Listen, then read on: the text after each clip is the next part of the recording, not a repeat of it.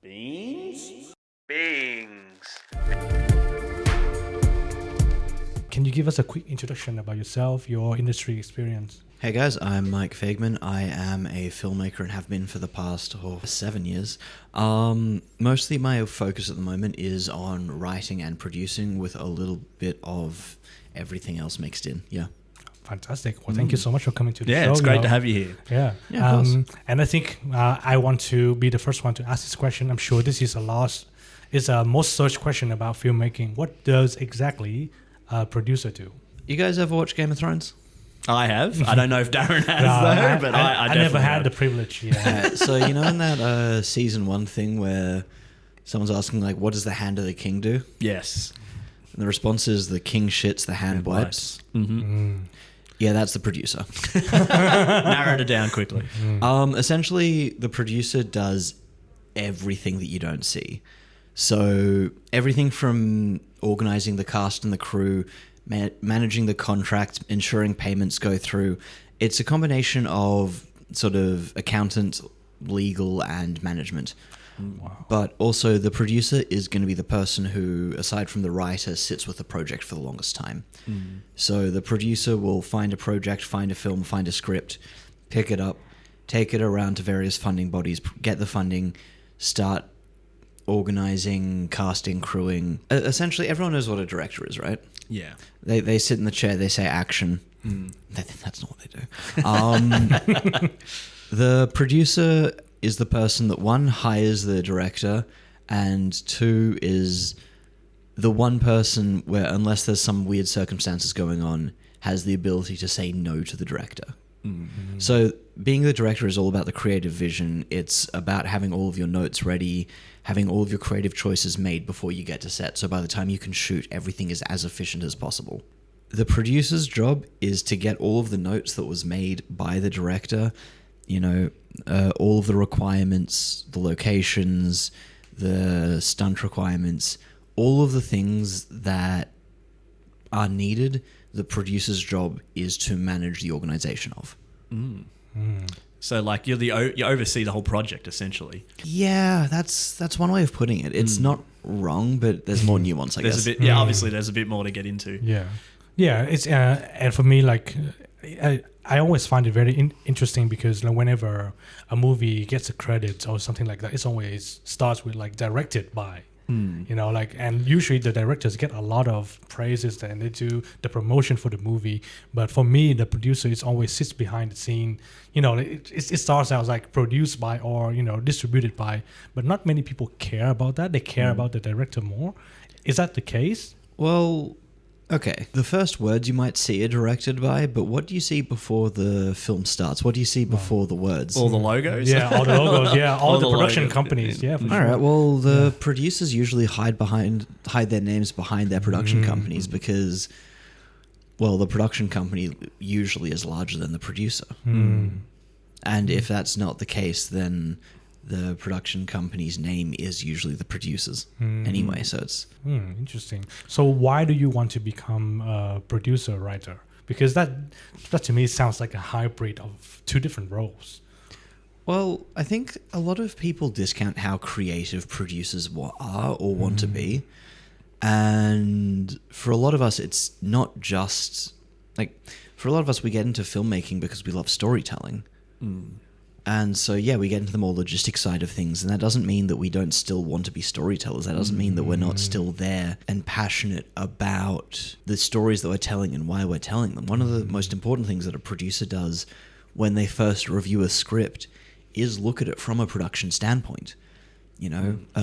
What's the message behind this script? What's the motivation behind it? Is that what's getting across? Because the story can be great, but you know what actually gets funding? People agreeing with your messages. Or just thinking it's going to make money back. But,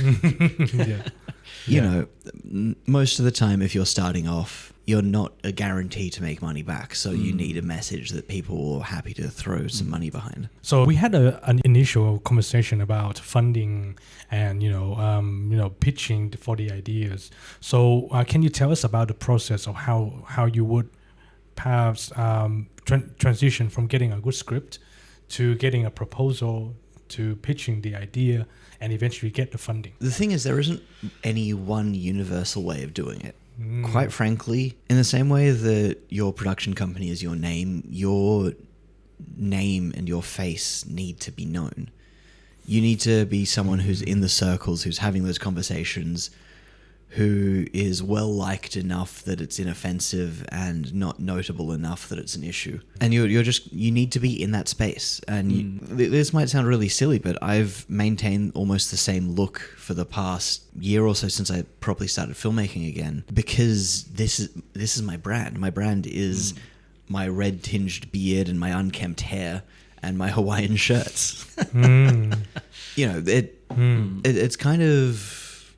Getting funding is not a sort of point A to point B situation. Yes, there is a point A and a point B, but however the we allowed to swear? Yeah. However the you manage to get there is the correct way to do it. And sometimes that's going to industry events.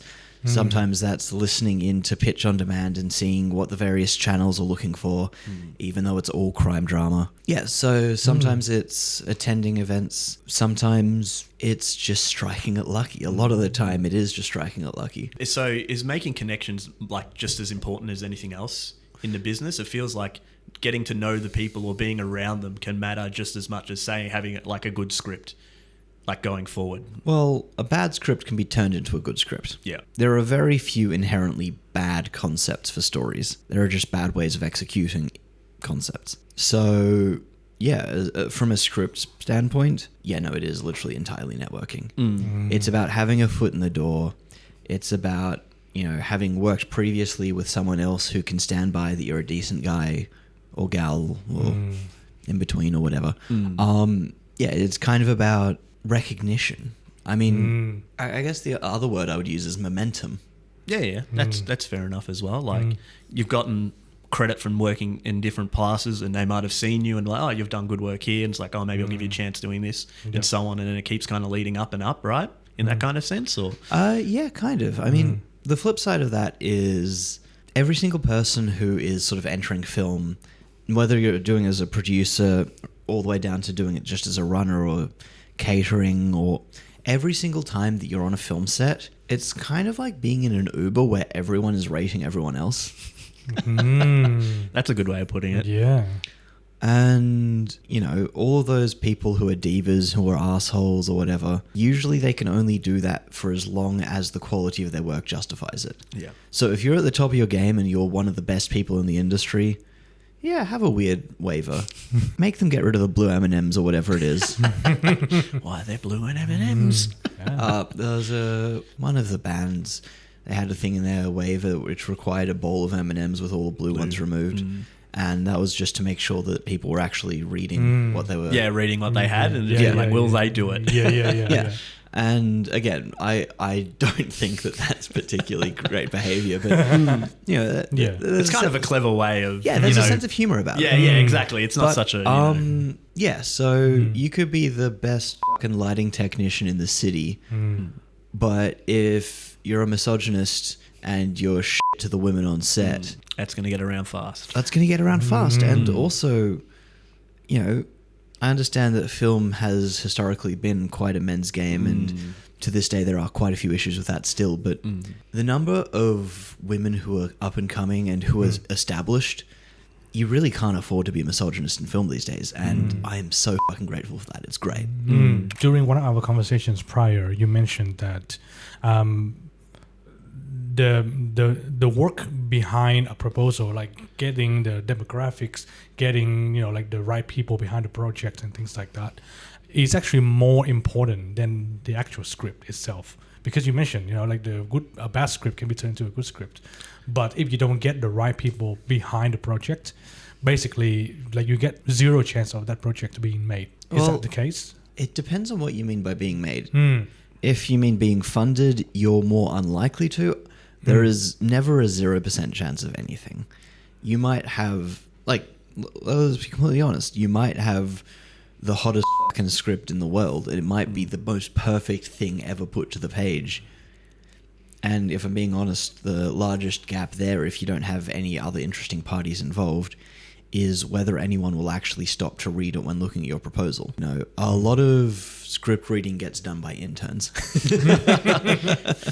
Wow, yeah. Yeah, notes get passed along up the chain, basically. Oh, wow. Yeah. So it could even be who's ever there on the day, even like Yeah. if the intern isn't like Yeah. you know feeling it, would they, or do you think they have like a list of things that has to meet, or is it just Like, how would they filter out good Yeah. script to bad script? Or, you know, like... or even do- what they're looking for, if it's Yeah. good or bad? Like, Yeah. is there like things they're looking for? I mean, genuinely, the first filter is if I read a script. Okay, assume that I'm more important than I am right now.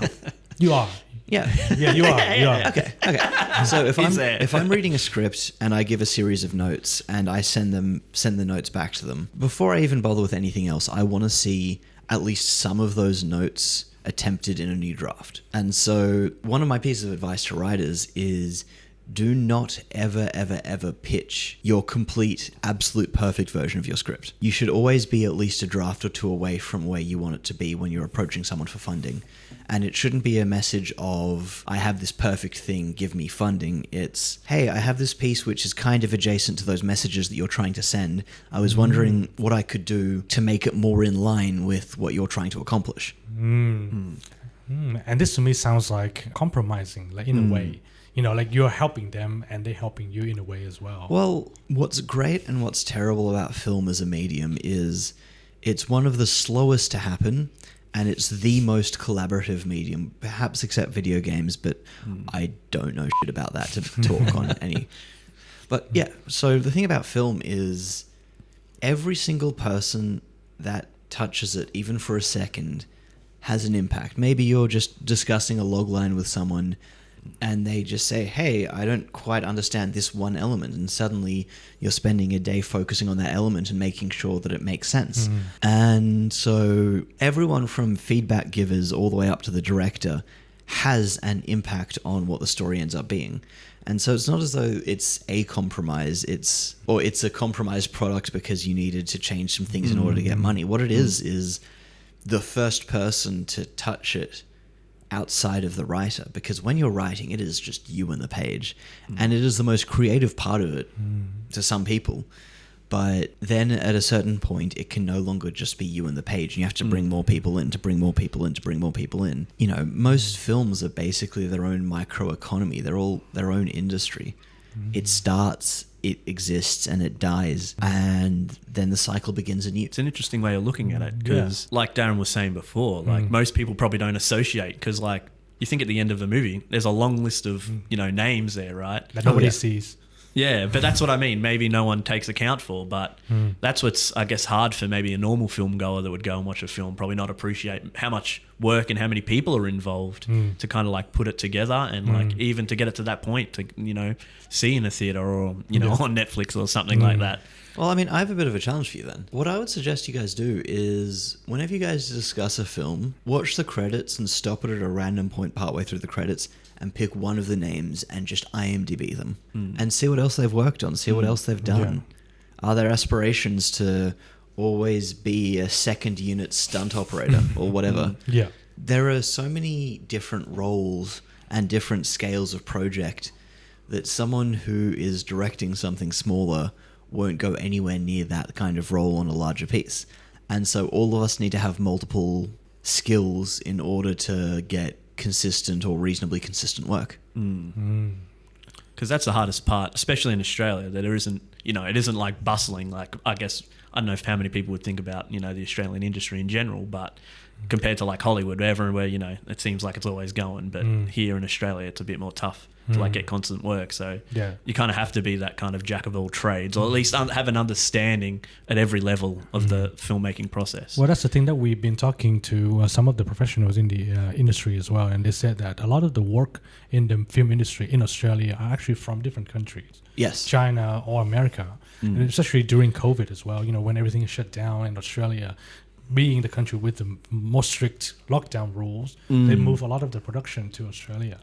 Well, So, okay, so kind of the simple answer there is with the amount of money that goes into filmmaking as a whole, with the amount of moving parts that there are, Australia's population isn't big enough to support an Australian film industry on its own. Quite frankly, we require films from overseas to be moved here and shot here, and that's where the work comes from. That is correct. But if you think for a second that every single one of those films isn't in Australia because Screen Australia or the state bodies haven't made their particular state look more promising than shooting in Poland or in San Francisco or in Toronto. I mean, that's kind of why those screen bodies exist. You know, you could make an argument that they exist more to promote Australian storytelling, but largely they exist to promote Australia as a location for film to be done, for money to be brought into the country through film. So not so much about cultivating Australian films or culture. It's more about bringing it in. Absolutely. It's not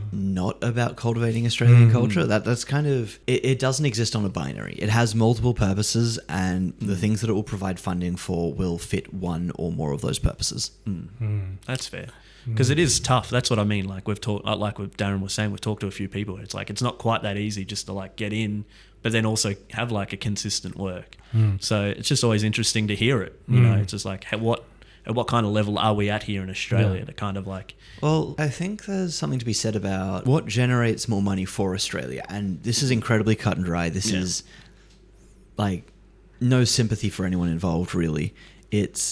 Is an Australian story that's made for $2 million that ends up on Netflix, you know, with barely any residual potential. Let's not go into streaming services and all that. Yeah, I know that's all a bit. But yeah, so it's a question of whether that's going to generate more money than bringing $500 million of one of the Chris's action films down. Yeah. You know, so it's... There are questions, there are checks and balances to this.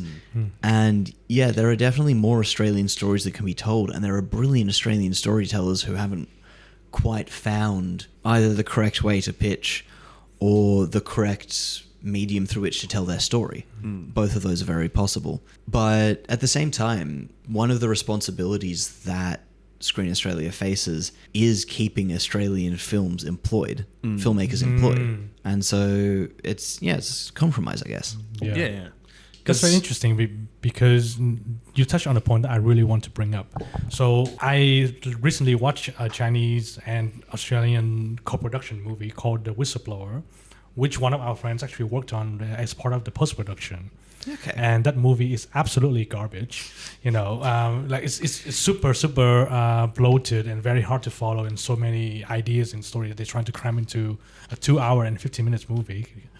But the thing is, that movie was shot in Melbourne, and it features a lot of the tourist sites like the 12 Apostles, you know, like the Melbourne CBD, the offices, the streets, and things like that. I'm sure, you know, like if we go back to your point, that movie probably didn't bring a lot of box office, but I'm sure it stimulated the tourism out into the country a lot. And then, you know, we talk about like how big the market is. So many movies, even from Hollywood these days, they always try to cater for international market, especially China. Like if you think about one of the Transformers movies, like the fourth one. Like the fourth one. I think I gave up a long time ago. Like literally, they had a bunch of product placement with Chinese writing on them.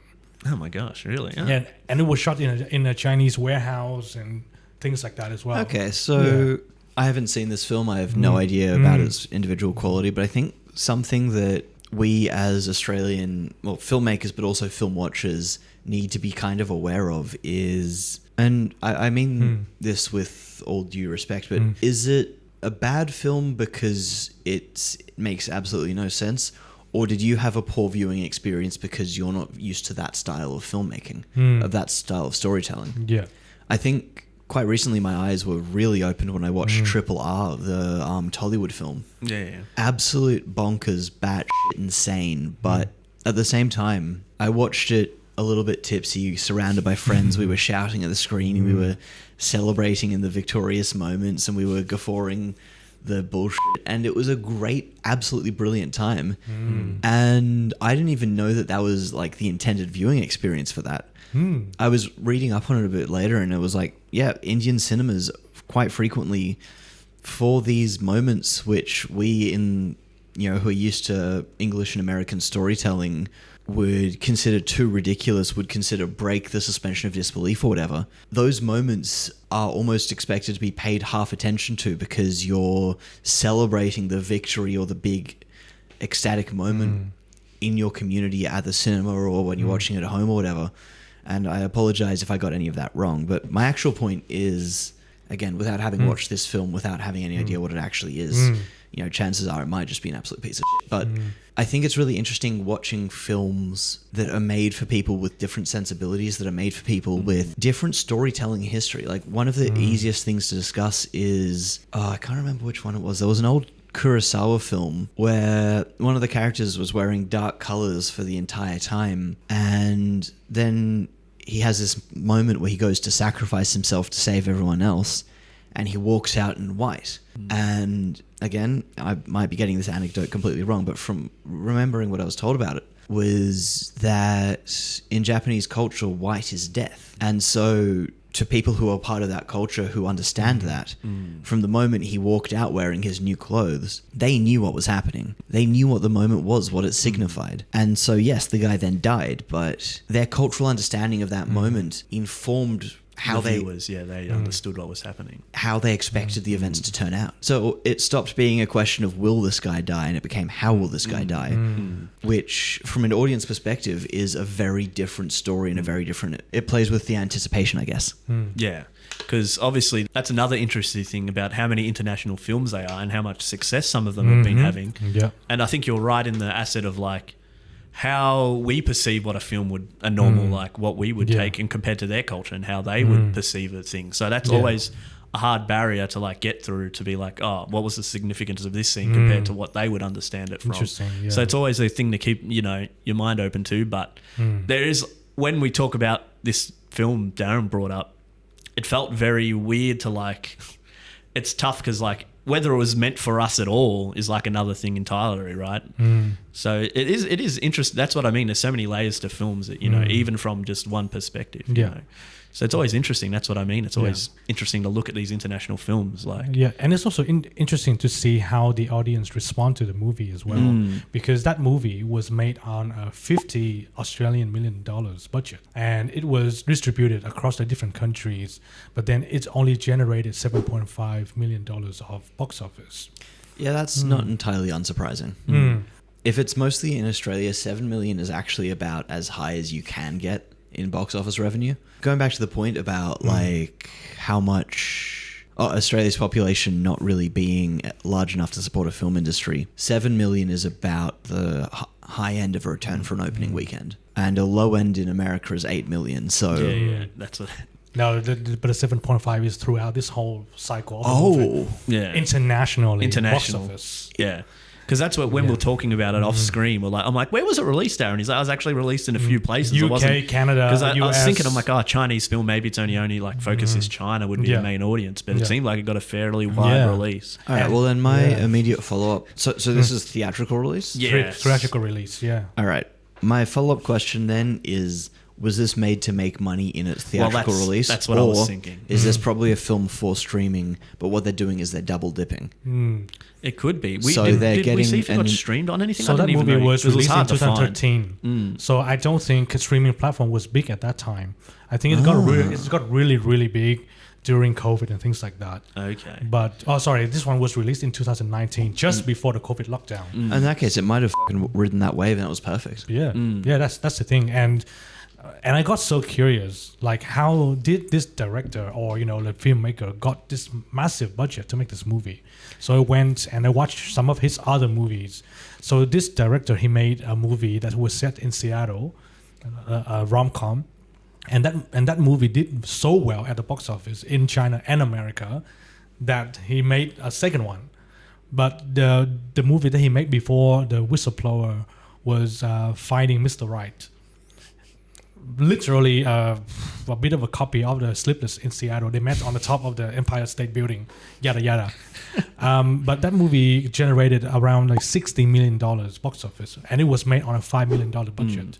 Well, I think so. Yeah, it's so interesting to see how the audience responds. And the thing is, all made by the same production company. I would assume so because it might be Because part the of other side of things is one of the reasons why, again, going back to our first point, the director's name is front and center and the producers hide behind a production company is because, yeah, everything is meant to work towards the director's vision. The term creative vision is the one that we throw around. But also sometimes, and as a producer, I say this fully aware that it might not be something we say too often, but sometimes producers get nervous that the creative vision might not be what sells the most.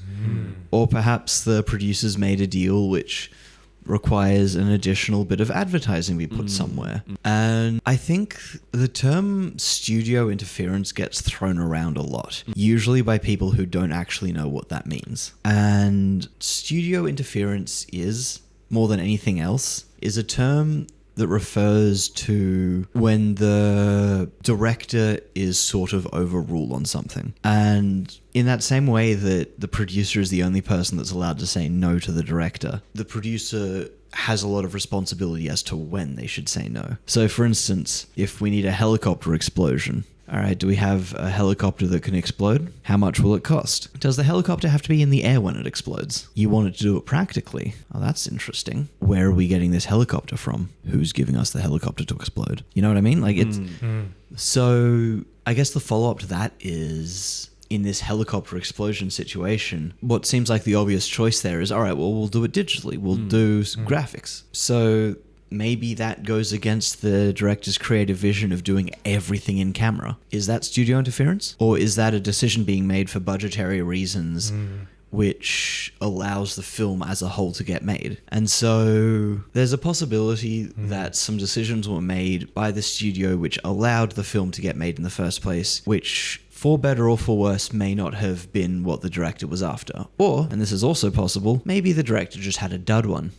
yeah. No, that's what I mean, because without actually being a part of like the whole part of what actually happened, you can't really tell, really. Yeah. Because that's what I feel with a lot of movies. Like you said, when there's a bad movie or something, there's like, oh, there's been some kind of interference. You know, it would have been better if this person wasn't a part of it or this person was a part of it. But that's just kind of blowing smoke because they don't kind of understand how it really is working, and maybe like they're just hoping for someone to blame. Yeah, but I also have two questions for Mike as well. So from a producer's perspective, what is the ultimate goal when you approach a project? Is it getting the movie out or making the most money out of the movie? The second or the follow-up question is, when you work with a director, and obviously, you know, you pick the director from the beginning. If the director has a bit of a different vision about the movie than what you have, which vision do you end up going with? All right, so to answer the second question first, how big is the director? Well, how big is the producer? Okay. Is it more of a selling point to have the director direct this film? Or is it more of a selling point that, I mean, it's all optics, right? Is it more of a selling point that his direction, his creative vision didn't match the entire production? Because you're talking about spending millions and millions of dollars. Would you lend your car to your friend who's only just started learning to drive? Most likely not. Yeah. All right. And if you're in the passenger seat and your friend who was previously known to drive quite well, but today he's being a fucking hoon, are you going to tell him to get out of the driver's seat even though he's the one who knows where to go? Yeah, probably. Yeah. All right. So if you're steering a vehicle that's worth $500 to $500 million and the person who is driving doesn't seem to know what they're doing, or doesn't seem to be doing a good job, or doesn't seem to be getting you in the direction that needs to be going, is it wrong to tell that person to get out of the to get out of the driver's seat? Like you would tell that person to get out of the driver's seat as soon as possible. Yeah. You want to limit the damage. Or whatever, you know, you're hoping to get out of it. Yeah. Yeah. I'm sympathetic to any director who has lost a position as a director, because that's a fucking rough one. But also, as someone, not replacing a director or anything, but as someone who has made rough calls that have definitely impacted the set, hopefully for the better. Yeah, no, sometimes you just need to make calls in order for there to be a product at the end. And so a lot of people view producers as and yes, some of us are. But the mindset that's required is we're the guardian of this whole project. This whole project is as like the entirety of our purview. Our job is to get it from concept through development, through pre-production, production, post-production, distribution, marketing, all of these things without anything going particularly wrong. Things will go wrong and things will need to be patched up, and that's another thing that the producers do. Ethics of production interference, replacing directors, all that jazz. The problem is there isn't one right answer. No. Everything does need to be looked at by a case-by-case basis. And there are times where the production team probably is in the wrong. There are times when the director is in the wrong. And there are times when there's just been miscommunication, which also shouldn't be happening, which means there's probably some sort of further issues. But replacing anyone on set, and especially replacing a key figure, that's a big deal. And so that wouldn't be undergone unless not doing it would be an even bigger deal. And then the first question, that was... The end goal for a producer. End goal for a producer. The end goal for a producer 9 times out of 10 is to be given the money next time. Makes sense. Yeah. So it's not about whether this one makes money or this one doesn't make money, or whether this one is critically, commercially successful. What it is usually about is, was this done well? What wasn't done well here? If this piece didn't reach the audience it was intending to reach, why didn't it do that? And so something which is very important to producers and often, unfortunately, less important to other people is the production Bible, which is literally the assembly of every single document, every single mood board, every single test shoot, some still frames, the script itself, the director's write-ups, every single thing that goes into filmmaking gets put into the production Bible. And so whether or not it's commercially or on message successful, I think something that a lot of producers really care about is that their own work was good. Okay, yeah. And that they themselves are still marketable, or are even more marketable next time. And yes, if we're being honest, being on message and being critically, commercially successful, those things are brilliant. I was going to say those things will get you a long portion of the way to being given more money next time, but they aren't the only things that matter. Yeah, it sounds to me like you are building an invisible portfolio. You know, like whenever you go to a job interview, like for example, if you are a designer, you show them these are all the work that I have done. You know, like this is a campaign that wasn't very successful, but my role on that campaign was making all the visuals that people seem to like the visual, things like that. Or, you know, like an actor, you know, or an actress, they said this in the interviews, like even though that movie didn't perform well at the box office, but I got a lot of praises for my performances in the movie. So to me, it seems very similar to that. And we spoke about this during some of our conversations. You said that one of the things that makes a good producer is set etiquette. Okay, so I'm not sure if that's what makes a good producer as much as what makes a good production. All right, so I guess set etiquette is... There are all sorts of things that kind of fall under it. But it's kind of about knowing who you directly report to. If you're not a head of department, which head of department is yours to talk to. It's about understanding the role of the various ADs, about who in this particular set should be talking to the director, because the director will have their focus, again, on achieving their creative vision. And depending on who the director is and how they operate, what they'll need to focus on the day will be different. Some directors will rehearse to shit everything with the actors and be able to say, okay, go, when the camera starts rolling, because they've spent all their time on set perfecting the shots. Some people will do it the other way around, or they'll have the shots perfect and they'll just run through the performance. Let's make an adjustment. There is no correct way to direct. And because everyone's reporting up to the director on the set, there is no one universal way for set etiquette to function. Okay. You know, there are some directors who want to hear what a lighting assistant's thoughts are on the shot composition, just because it's another person with another opinion. And it's not to say every opinion is equally valid every single time, but it's always good to see what some people think, especially if they aren't specifically in the department that's meant to be thinking about it. Because we're a collaborative community. Where if, the other thing about set etiquette, I guess, is, you know, we use that phrase, but it's also kind of built into it is the filmmaker's health and safety sort of situation. Because in Australia, at least, every single film set is legally classified as a construction site. Oh, I never knew that. That's interesting. Well, with all the moving parts and there's a lot going on. yeah.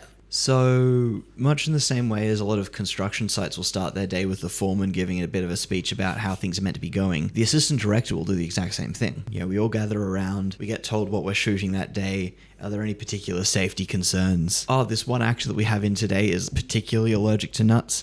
This is already a no nut set, but like there is zero tolerance for that shit today. Yeah, there's always sort of something that gets adjusted a little bit, but a lot of what set etiquette is and a lot of what's important is knowing when to hurry up and knowing when to wait. Because if the camera is rolling, then, you know, hopefully everyone in a 2-block radius has agreed that their babies aren't going to cry or whatever. Are there many babies on set? If it is a well-designed set, it should be trying to avoid that at all costs. Yes, absolutely. But yeah, there are always intangibles, and there's going to be a plane flying overhead, and quite frankly, sometimes the Airbnb that the production office booked out to rent will be near a busy intersection, and horns will be going off, and you can hear tram dings because it's near enough to public transport because that's desirable, but also you get tram dings. I understand that we've kind of gone away from set etiquette, but yeah, it's all encapsulating. Set etiquette is the respect for the craft, essentially. It's the knowing your place and... Not on like, know your place, dirtbag. I don't know. It's like... Just understand where you're meant to be at a certain time, essentially, right? Not trying to overstep and kind of just stay, you know, like you said, if you're the light guy, you're like doing your bit with the lights rather than, I don't know, overstepping and thinking... Because when we were talking before, you've mentioned there's some people that come on set and maybe overestimate their ability. I'm the director. Yeah. Oh, that whole thing. Okay. Yeah. We'll get into that in just a minute. Yeah. Okay, so again, with the overstepping and like, it depends on if the director wants that or if potentially you see a problem on the horizon. You're like, oh, here's something that I don't know if everyone here has thought about. You take it directly to the person above you. Yep. They probably take it to the AD. The AD takes it to the director. That's how things will usually work. If you're standing next to the director and the director is openly talking, like musing to himself about the problem that he already is aware of and you've got a potential solution, I'm not saying it's correct every time, but it's not always wrong every time either.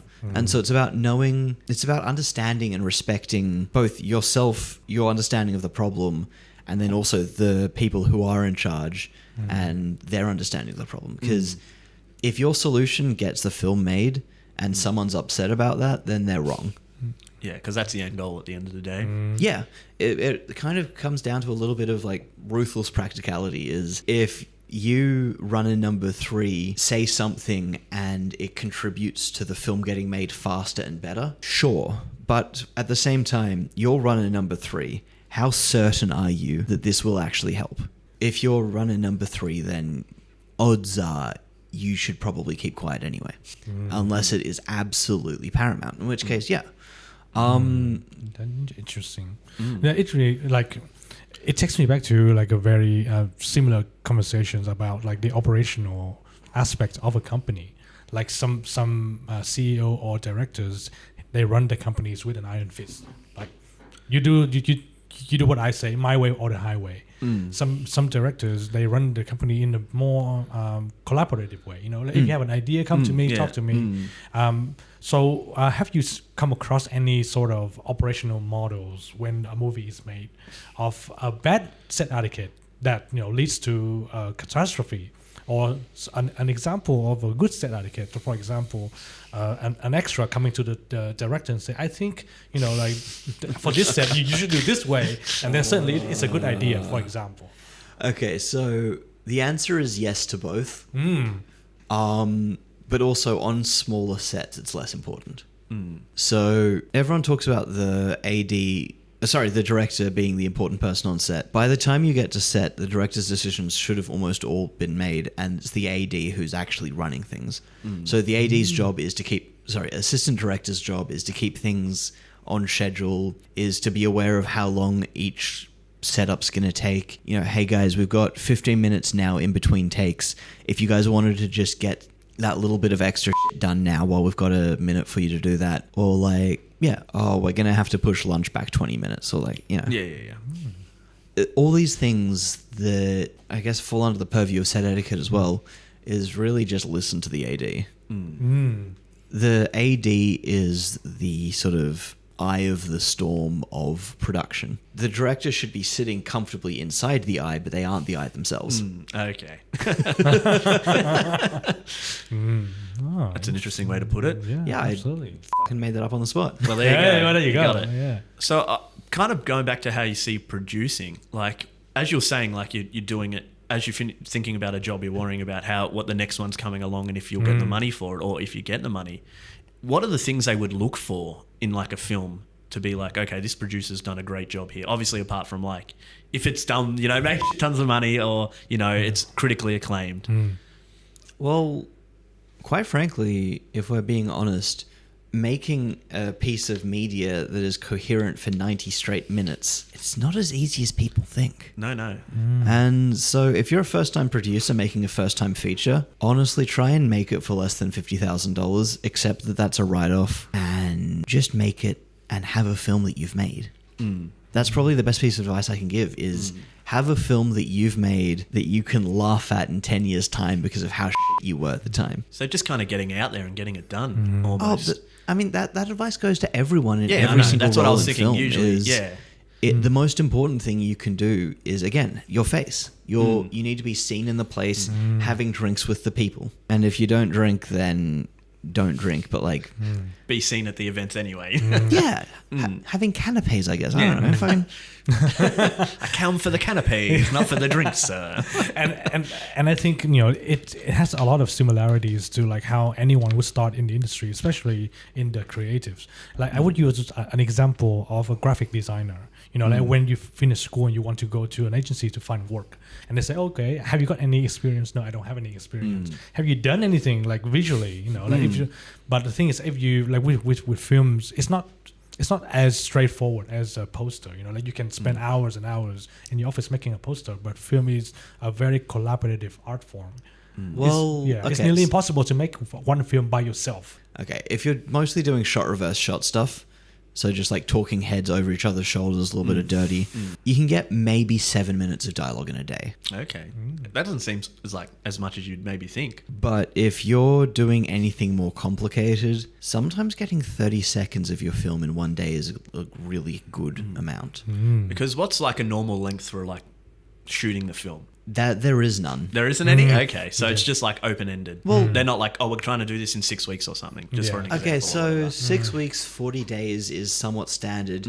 20 days for a smaller budget is not entirely unheard of. I did a feature for 17 days once. I did a feature for 14 days once. Oh, wow. Yeah, well, these are all sort of smaller pieces where everything is usually in fewer locations and it's all just kind of where in the location is the shoot happening at the moment. Things get a little bit easier when you can basically set up tomorrow's first shot before you leave and you know all the doors are locked.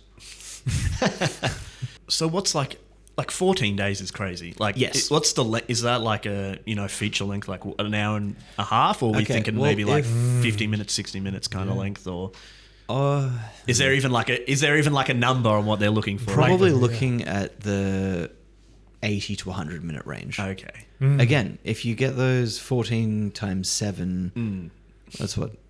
Like 98. Yeah. There you go. Yeah.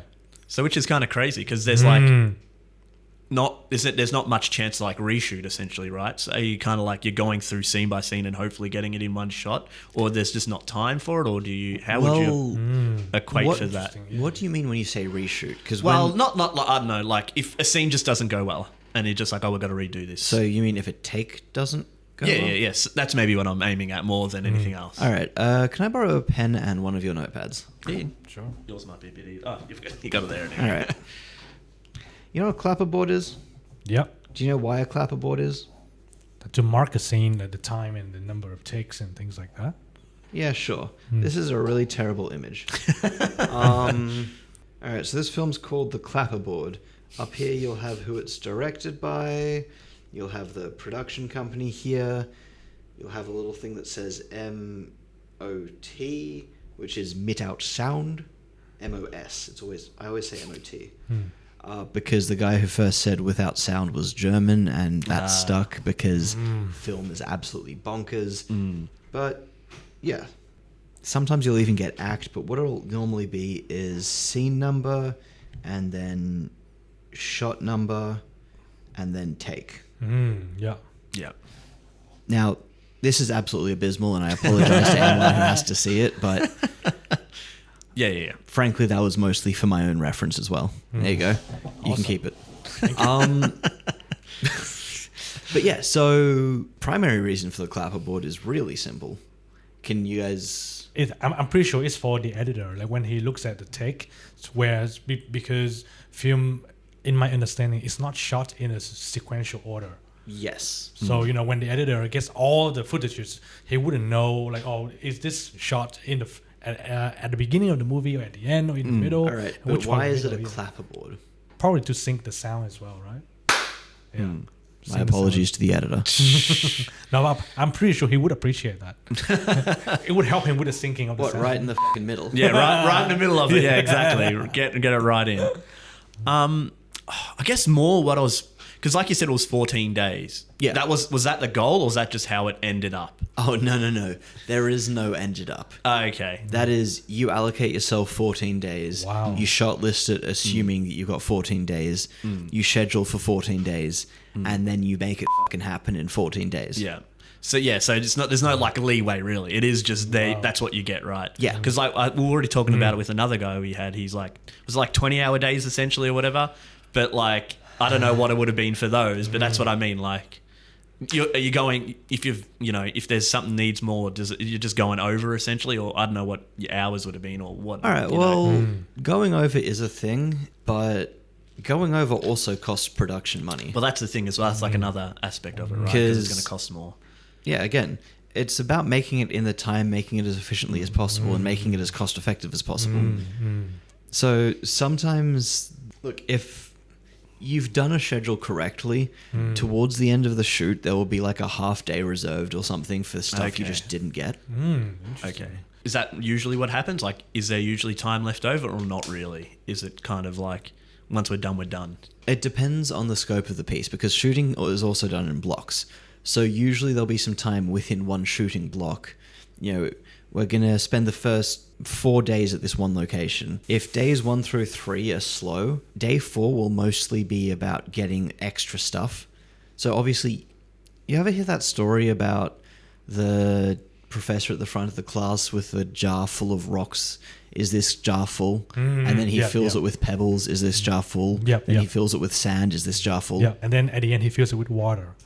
So it's never really full, like in a sense that we can see. Like you can always do more things. Yeah.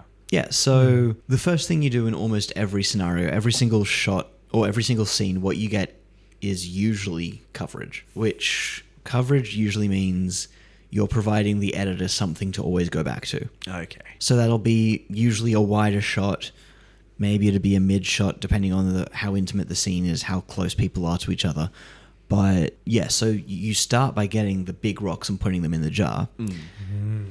So in this scenario, you get to day 3 of your 4-day block and you don't have all of the big rocks. You're not filling that jar with water as much. Okay, I see what you mean. Yeah, that's kind of it. No, because I was just interested because I'm like, it's crazy to think that like such a big production or so much that has to get done in a certain amount of days and like no leeway. You kind of like, you have to kind of work with what you've got is always an interesting thing for me. And my question is like, who actually came up with the scheduling of 14 days? Does the producer come up with that, or is it the studio? I want this movie made in 14 days. And then you have to make it happen. There are multiple answers depending on what film it is. Usually it will come down to this location is available for this number of days. If the location isn't available for the amount of time you need it, frankly, you need a different location. That's kind of the start and the end of the conversation. Hey, we need to spend this much time shooting this many minutes and this much content, so all the decisions need to be made in order to facilitate it. Whether it's I mean, in television, sometimes it is the studio that makes those decisions. It's, hey, we bought this house and you're going to use it to shoot in for the next 10 seasons. Deal with it. Usually for feature films, it'll probably come down to the producer and the location manager, because also location managers are a thing. Wow. It's just that's their single thing to worry about, just the location. Like finding the locations, getting the licenses, getting the permits to be on locations, or, finding there is that, backup, but yeah. Maybe you're filming something based in London, but you need to do a couple of scenes in Spain. So you hire someone who's local in Spain, and you probably send one of your team to go meet up with them, and you tour all the potentially appropriate locations, and then that person comes back and writes a report, and based on that report, some decisions are made. And maybe the scout came back and they were like, "Oh, you want to have some scenes in London? I actually know this area that looks quite British-like, and then you can actually do that shot in the same location." Yeah, so... Because I'm assuming that's one of the most expensive things, like traveling everyone overseas, if it's like an 100%. international... If it's a traveling... Like honestly, location. I'm not sure if traveling everyone overseas is as much of an issue as hosting them. Locations for them to sleep. Oh, that's true. Yeah, Do you have to book out a whole hotel? Now, most of the time, you get as much cast and crew from the local area as possible, but you're still going to be flying some people in, especially if you're in Australia and you're doing things internationally. One of the pieces that I'm currently writing, the ideal version of it will be shot in Canada and will contain actors from multiple countries. What that means is I'm then going to need to go over to Canada to create a production office there, probably make a co-pro with a local producer over there. If I'm intending to get any funding for Australia for this piece made in Canada, I'd have to do all of the post-production back here. But yeah, when you're talking about films that are told on a scale that feature films that go into the cinema are, you can afford all of these things. And that's kind of one of the things that's kind of scary about the industry at the moment, is those middle budgets, those points in between making a quote-unquote B movie and making a $2 billion Marvel flick or something. Yeah. I'm not saying that those Marvel flicks shouldn't exist. I'm saying what should exist is something in between. So you're not going from being an indie director to having your first taste making a Thor movie. Making like a $200 million Thor movie, exactly. Because we're talking about A24. They're kind of like the mid-budget films at the moment, like 10 million, 15 million. Okay, so A24 originally started as a distribution service. And so what they would do is find films that were going to be made anyway, or find films that were potentially going to be made and go, hey, yeah, we'll get them to the cinemas. They eventually became large enough that they started funding their own films. I still think they are largely a distribution agency, but a lot of their in-house stuff, is in that 15, 20. Because that's what I feel like we miss a lot at the moment. Because I feel like it's always trying to aim at that top end, right?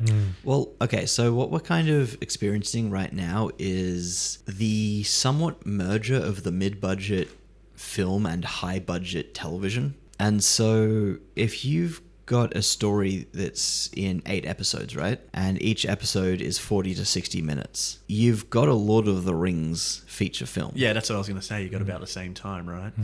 Coming back to that thing about me, was that on camera that I said that I didn't really like the comic book model? No. That we had that conversation before. Okay, we can go into that if you want. Yeah. Okay, so I personally find comic books to be a bit of a concern for storytelling, because the sole existence of a comic book is to sell its next month's issue. And that's not to say there aren't some brilliant stories told in the medium. I'm just saying on a structural level, I struggle to connect with these characters, as some people may find easier. But when you read through the compendiums or something after the whole story's finished and you can see where the act breaks are, you can kind of just see the push and the pull of the manipulation of the audience to sell the next book, basically. And it's the same thing with these 8-episode shows. Yes. Because what you'll get is a show that opens on the last week of a month, and so you have to have the streaming service for that month to get the premiere. And then it basically, under the assumption that a month is 4 weeks long, every single streaming show will do the 11 Tim Tams trick. What's the 11th Tim Tams trick? I don't know if I've heard of that before. Oh, Tim Tams come in a box of 11 because 11 is the least optimized number for sharing in groups. So you have to get another one. I see what you mean. I don't know if I've ever heard of that. I do like Tim Tams though. What we're seeing is sort of the mid-budget film which once would have ended up in the cinema and frankly would have made a lot of its money from DVD sales is just going straight to streaming but being dissected into 8 bits and then each of those 8 bits kind of having some fat added to it. Yeah, to drag it out for your subscription will be dragged out. And sometimes it works. Honestly, I watched Skeleton Crew. I f***ing loved it. Oh, yeah, Sometimes it doesn't. I watched The Acolyte and I didn't f***ing love it. I watched the first 2 episodes and gave up. I had fun, but I want more than I had fun out of my Star Wars. Well, but essentially, that's kind of not to get too much into don't stuff. get it. Essentially, both of those projects started at the same point. They were both originally feature films. They were both sort of meant to follow that Rogue One, Han Solo, not necessarily part of the saga, but not entirely separate. B stories, Yeah, kind of. And then when that didn't quite pan out, they all got moved to streaming. And so, again, kind of the practicality of getting something made is making it fit into the current model of what people want to make. Yeah. But part of that is good, and sometimes it works, and sometimes it doesn't. And I think a lot of the issues that a lot of people are having with streaming content at the moment is that 8 is a really awkward number of episodes. Yeah, it is. It is like a really weird... And do you want to know one of the things that the 8 episodes specifically doesn't give you? What doesn't it give us? Downtime with the characters. That's true. Because you kind of have to rush through exposition every single time, the pacing of an 8... Like, the structure of the pacing of an 8-episode story hasn't necessarily been realized yet. In the same way that in the feature film, most stories, to an extent, will follow the hero's journey... In the same that most 20-minute episodes will follow Dan Harmon's story circle, whether they intend to or not. The structure of 8 episodes isn't one that we entirely know what to do with yet. And it's not one that sort of comes as naturally as some of these other mediums. Because I feel like, because it's more like, you reckon it's the streaming aspect that's created these like 8-episode thing? Oh, I feel like question. that's what's created it. Yeah, and but no one's tried to like optimize it, I guess, or even trying to find the right story. Oh no, to tell they're trying to optimize it. Yeah, they're trying to optimize. But the problem is, a lot of what they're doing is trying to turn what was previously going to be a feature film into something optimized for this format, as opposed to potentially creating something completely from scratch for this format. And so, if we're keeping with our discussion of Star Wars shows, I think that The Mandalorian is one of the easiest cases for how it can work and how it can sometimes not. In season 1, there was a single overarching story, but every single episode was its own self-contained. And so I think as far as 8-episode runs go, maybe more self-contained stories are better, as opposed to the serialization, which is what modern TV audiences seem to be after. Well, because that's even... I can't remember who was... I think it was Dan Harmon that talked about it. He was talking about like people paying attention, like using the serialization rather than like an episode at a time, maybe with an overarching story. And said it's hard to keep people in the old way because it was once every week, right? Or even, maybe longer for watching it live on TV compared to now, where you can either... They do stream it like a week at a time, but you can wait and have it all in like one session essentially, rather than waiting for the next one to come out and sit on it. Do you think that affects it as well? That some people don't have to wait for the next episode? Sometimes it's just like all there for you. Honestly, I don't know if that affects what you're talking about as much as it affects the conversation around it. Again, if we talk about The Acolyte, there are people who go, hey, if you go back and watch it all in one sitting, it's actually a really good viewing. And quite frankly, it could be. But also, at the same time, you shouldn't have to watch the thing standing on one leg under the light of a full moon in order to get the correct viewing experience. If it's made for a smaller screen, brilliant, make it for a smaller screen. Make it as accessible in as many ways possible. If it's made for the big screen, then make it for cinemas. Like, you know what these streaming services could almost do with these 8-episode runs? They could take it back to the old serial days, to the Nickelodeons, and do 8 episodes at the fucking cinemas. Yeah, I mean... and you pay like half the price you would for a feature to go in for 40 minutes. Yeah. And you're probably there with a whole collective of other nerdy idiots like yourself. Yeah, right. And you get to make a communal watching experience. And that would probably enhance it as well, because I think that's a big thing as well. Watching it together can enhance the experience as well. Absolutely. But yeah, I think the direct to streaming model, like, let's be completely honest. When you're streaming, are you on the TV? Sometimes. Or are you sitting in your bedroom with a window at a bad direction for your thing, and you can see all of your fingerprints on the screen? Ooh, he's been touching my TV. Yeah. Yeah, it's not like optimal. It's not optimal like viewing experience. It's not a good viewing experience, but I think the issue here is more about convenience. Yeah. You know, like I think during COVID time, people couldn't go out. Yeah, exactly. So, like, you know, the streaming platform just became this thing, like, people still want to have the entertainment, especially during that time. Because I do remember through COVID that there was a few films that are like, oh, it's releasing on Netflix, and it was like a big hype to go watch it when it like released there. Where now I don't think that's a thing anymore. It doesn't feel like, oh, it's releasing on Netflix. I'm like, yeah. And, you know, like, during that period, you know, I had a couple of conversations with my friends about, like, will Netflix slowly replace cinema altogether? Okay, so something that needs to be understood actually is, by and large, despite how big they've gotten, streaming services from their own internal sources are failing. Yeah, they're not doing well.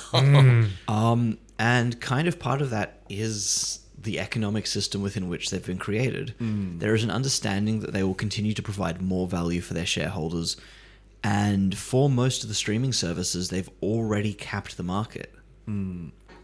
So it's really difficult to continue providing more value when you're already getting a monthly amount of money from as many people as you're getting. Which is why we're seeing these things like the cut down on the multiple homes. Why we're seeing the prices continually going up, even though the Adding services ads. aren't adding ads. And so, like, we can wax poetic about the artistic integrity of all this stuff, but to an extent, it is about money. Which also is a good reason to send things back to cinemas and make going to the cinemas special. Yeah, exactly. Like, you know what one of the easiest solutions would be? What would that be? Stop releasing things right after they finish their cinematic run. Yeah, because is it like 3 months now, I feel like? Was it even quicker than that now? I don't even notice. I do remember sometimes with bad movies, it's like a month after it's had a theatrical release. And it's like, oh, we're chucking it on streaming because it didn't do well. Yeah, but the other part of that is because everyone expects it to be like a really quick time in between the cinematic So they don't go to watch it, right? They go, oh, fuck it, I'll watch it when it's at home. Where the experience isn't the same. That's such a good point. Yeah. But I personally don't think the experience is. I'd rather go to a theater to see a movie. Usually if I don't, I've missed it more than like, you know. But you gonna be paying a cinema price every time you want to watch a film? That's another issue, right? Like can be quite expensive going to the theater as well. Because I don't know, what's it like, $20 to $25, $30? It just depends where you go. Like, hopefully, I always try to. I've got some cinemas who still think I'm a student. That's what I always think. I'm like, shit, I don't know if I'm young enough for that anymore. Oh, I'm not. They just let it go once during COVID, and now I'm just still in the system. Hell yeah. Hell yeah. I want to be you. I want those student prices. Because are they much better or not really? It's like $18 Like or something? $9. Oh, hell yeah. That's great. And that reminds me of the story of, like, you know, cinema was firstly made for the people with low income. It's not. It's not in like a. Do you guys know what a Nickelodeon is? You mean like the Nickelodeon, like for Odeon meant theatre, and so it was a theatre you'd go to for a nickel.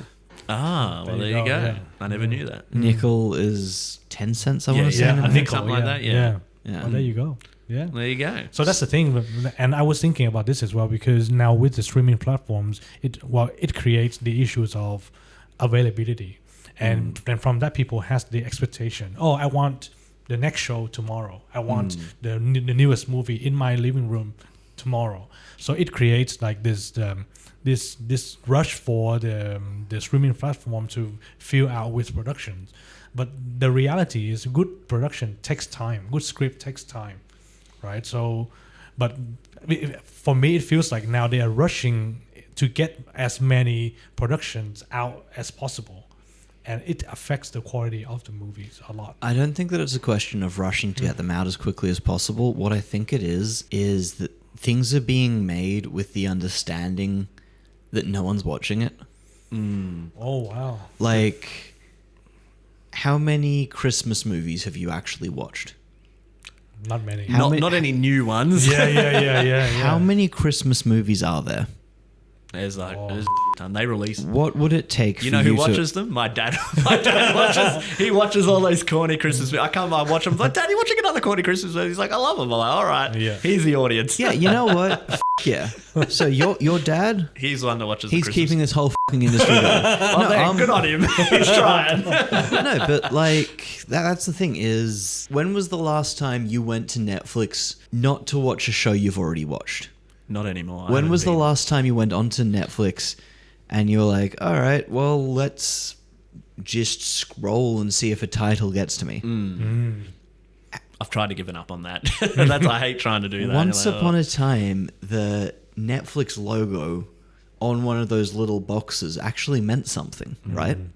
the original, because they used to be a renting company. You used to rent the CDs Yeah, and stuff. yeah, Because yeah. I remember my cousin got them and stuff, and I'm like, I always forget. I'm like, shit, I always forget because they had to shit. We've still got we didn't return you them. still can. Oh, do they still do it? Maybe you could up until a couple of years ago. I don't know. It's Okay. one of those things where it's like, but yeah. So Netflix original used to mean something. It used to mean a level of quality. Usually that was in television. I think their films were always middling, but Yeah. They had a few hits here and there, but nothing like concrete, I feel. well, I mean, the other problem with that is what does a hit mean if it's Oh, on yeah, a I guess streaming that's true service as that you're well. already paying Yeah. for? Yeah, because that's what another thing that's hard to grasp is just because there's a good movie on there doesn't mean you're going to get more people on there, essentially, because that's what they try to do, don't they? The intention with the model and something that's kind of catching everyone, the whole 2-season deletion thing, is that they're not looking to maintain their subscribers as much as they're looking to gain new ones. But again, as we already said, they already have everyone. That's the thing. How do you get new people when most people are probably already on there or And have had a so chance to be on there? they need to adjust their business model to be more about retention rather than... Yeah, exactly. Yeah. Because that's, I feel like, even now, I think Netflix is the only one I kind of pay for. All the rest, I'm like, if there's something on there that I feel like I need to watch, that's maybe when I'll get a subscription, and that's only when it's finished, so I can watch it all and be like, oh, I don't need it, like you said, because they want you to for the 3 months, because they started halfway through the other month, it gets through that, and it's into the other month, and I'm like, ugh. Yeah, and so maybe people like you who juggle subscriptions based on what they want to watch are also priming themselves Yeah, that's for probably- a poor viewing experience. Yeah, that's the other thing as well. I'm probably part of the problem as well. That's the thing. Yeah, I think that it's all of those things, but not all at the same time, or maybe all at the same time to such an extent that it's sort of difficult to place the blame on any one individual thing. I don't know. I feel like what we're talking about is people's life work sometimes being mixed with the financial interests of some suits. Yeah. And that's what's tough as well, because there is some good stuff there, but sometimes it's kind of waved off for all the higher ups worrying about the money. Yeah, and in fairness, they should be worrying about the money. That is their thing to worry about, but I think a lot of people, that sort of stereotype of the young actress that moves to New York to end up on stage. Yeah. A lot of people are that young actress. Every day a new sucker goes to the film industry. Yeah. And I think a lot of people are like, yeah, I've got this brilliant idea. I'm amazing. I'm really good at this. I'm the best swordsman in my village. And I will make a great film. But quite frankly, I'm not saying that those that don't make it aren't worthy, but those that don't make it, at a certain point, everyone has to take some time and go, is this what I really want? And there's this quote from Mark Hamill where he says, he was asked, how do you become an actor? And he said, most of you don't. If you can see yourself doing anything else at all, and being happy, that's what you should be doing instead. And so for a lot of us, it kind of, having a plan B in its own way means that you've lost you've kind of fallen behind. Not to say that it's wrong. No, that's the thing is, there is no wrong way to make it as long as you do. Well, no, there are plenty of morally, ethically, spiritually wrong ways to make it. But as long as you can hold your head up high and say, I did this, I accomplished this, this is mine, then it can be a hugely, hugely, hugely rewarding career path. But if you walk into it with an ego, if you walk into it going, I'm going to make it because I have to, because fate demands it, or because I've been mulling over this one story for the last 15 years. If you've been mulling over a story for 15 years and you haven't been able to put it down, what that most likely means is that you've got a story that's 15 years out of date. There's one piece that I'm working on, the same Canada one. I've had it in my brain for about 7 years now, and well, a version of it, because every now and again I go, all right, this current version isn't working. I'm not going to scrap it. I'm going to put all of the work I've done on it to the side and go, all right, well, what if I try making it to this medium or to that medium? And so at one point it was a TV show. At the moment it's looking like it's going to be a feature film, but it was about a completely different story within the concept. And so the story changed even if the concept didn't necessarily. It's always an interesting way to look at it, right? Because I'm sure that, like you said, there's probably a lot of people that are like, oh, I've had this idea for years, but like trying to materialize and actually have a plan to make it happen is like a completely different deal in itself. Well, all right. I mean, for any of the people at home, this is right f***ing you. If you want to make something happen, look up how to make a pitch document.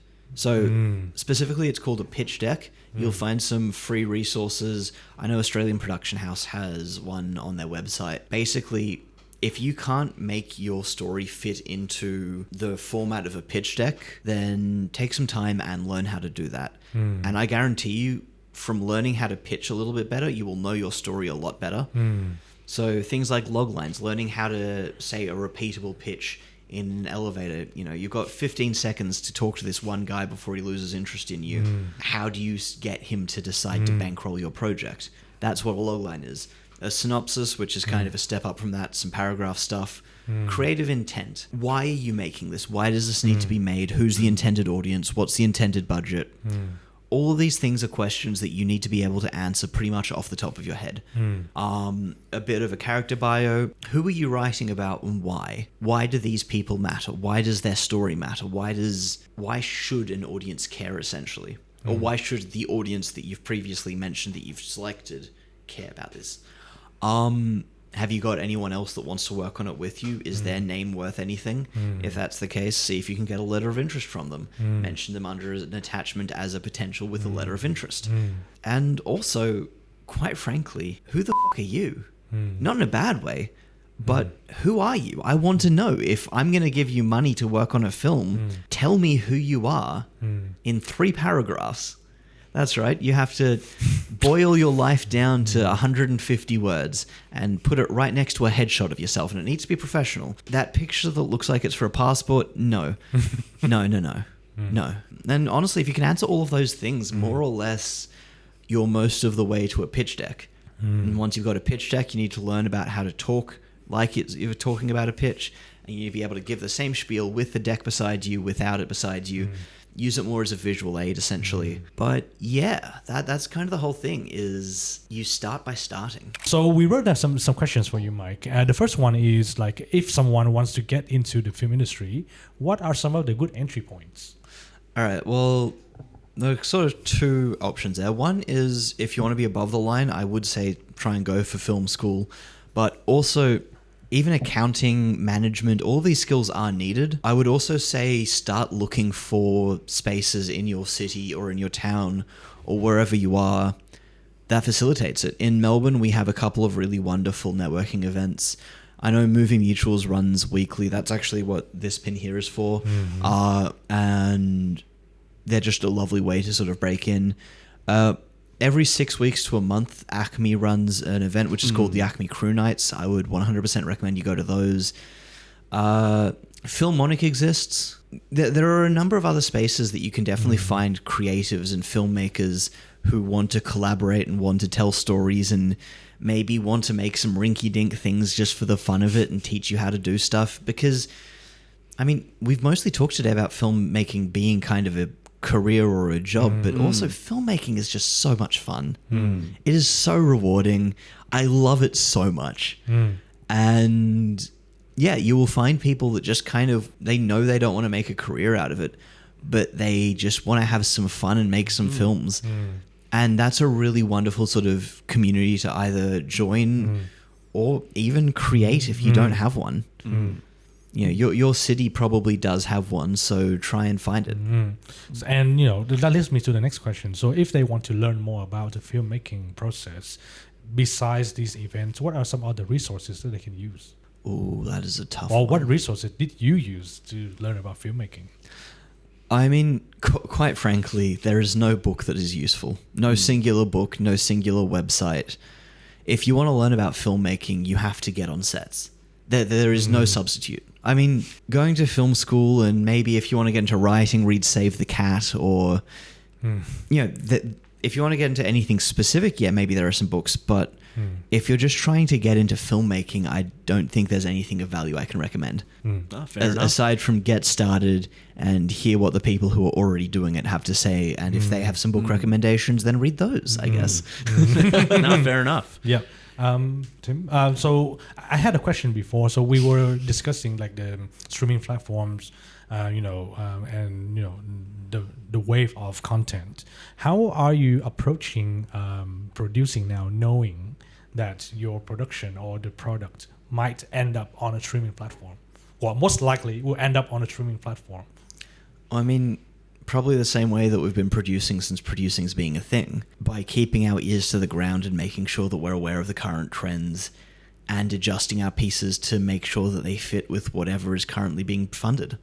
It doesn't get more or less complicated than that. It's just you have to keeping up. Fair enough. I can ask the last one if you want, Darren. So where do you see the future of film, or where do you see it evolving to, if there is a spot it can evolve to still? It depends. All right. It's an open-ended question. I think that film has cemented itself as one of the permanent mediums through which storytelling is happening going forwards, assuming society doesn't collapse. Much in the same way as some people are like, oh, it's being replaced by video games, or oh, it's being replaced by television. I mean, yeah, but also theatre still exists. We still have poetry recitals. We still have all of these older forms of... Like, I went to see fucking orchestra the other day. Oh, that's cool. It was lovely.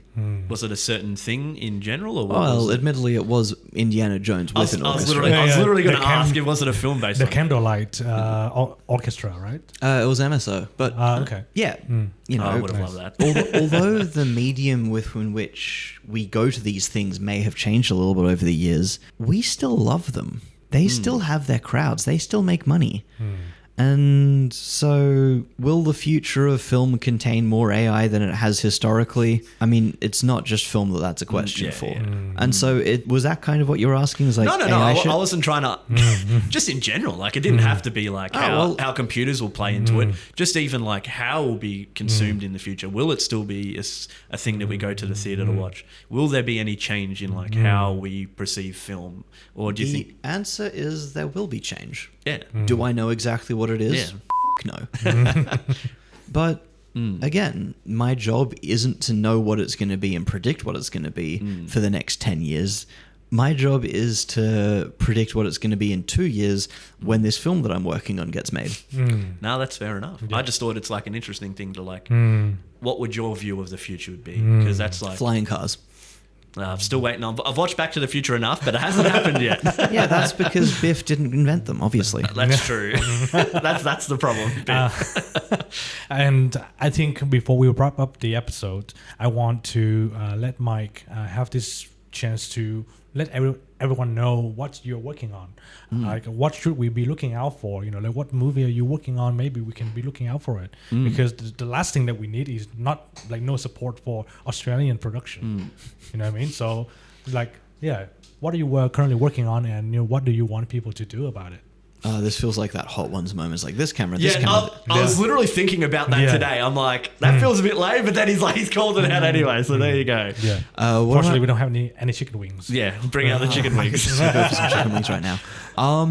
No, honestly, I am writing a script at the moment. It's called Stargazing, and it's just a concept of a love story in reverse, I guess.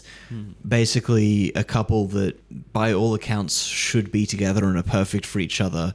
Just practicality, it won't work. And so I just wanted to tell a story of a breakup when no one is at fault. Yeah. Aside from that, I'm working on producing a short called Hard Cordial, which is about my friend Reese wrote it. It's mid to late 20s, two guys. After having not seen each other in a few years, they kind of catch up again, have a drink, and over the course of a beer or two, one of them just realizes that he's matured past needing this person in his life. Okay. And it's kind of a bit of an exploration of just male dynamics. I always love that. On top of that, I am looking at maybe jumping on another feature, which is one I kind of mentioned earlier, but no contracts have been signed or anything, so I'm not going to name drop that yet. What is your filming hot take? If you bring pizza to set as the main set food, you're kind of a cunt. Whoa. I don't know if we can release that to the public, people. That is not ready for people to hear this. No, but like, quite genuinely, one of my pet peeves is pizza on set as the primary meal. We want to talk about set etiquette, how you're meant to respect going up the stream.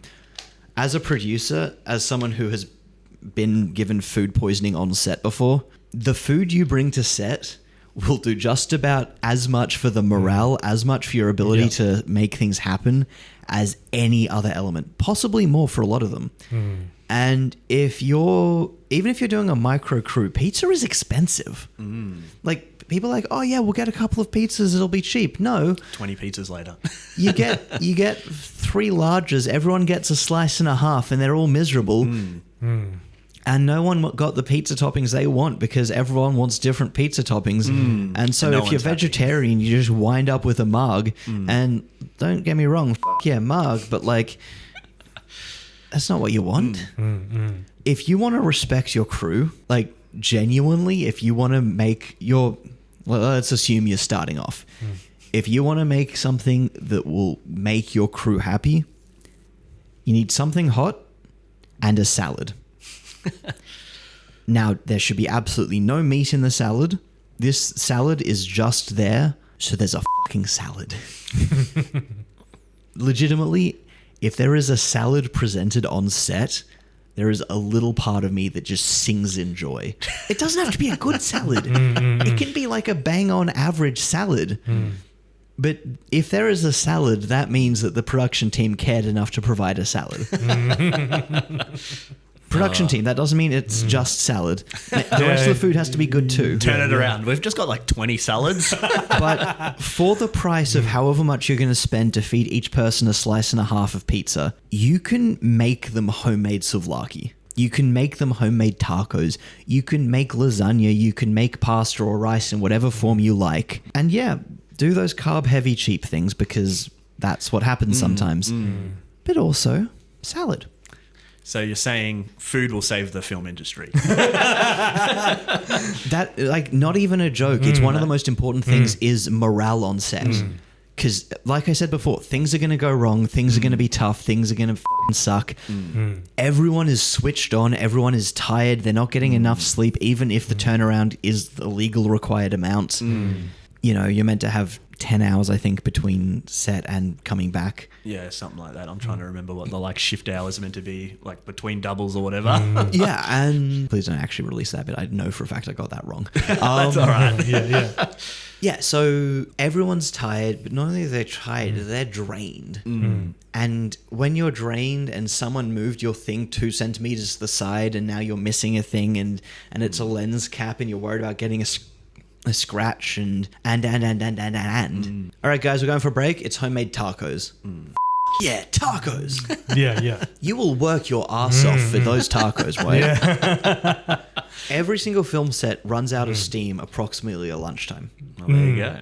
Whether or not the rest of the shoot goes well is almost entirely dependent on the quality of the food. Well, there you go. Yeah, that is a hot take. That is literally could be a hot take. Yeah. Yeah. Awesome. That's not like crafty and shit. Also have crafty, but like... Actually, you know what? Add soup to crafty. If you need a shorter hot take, add soup to crafty. There we go. He finally got there. That's what he wanted. That's what he wanted to say. That was it. right. Cool. Thank you so much. Thank you. That is the end of the episode. Let us know what you think about the conversation in the comment section below and smash that like button. Ring the bell and subscribe as well, and you better be back next time. And we will see you in the next episode.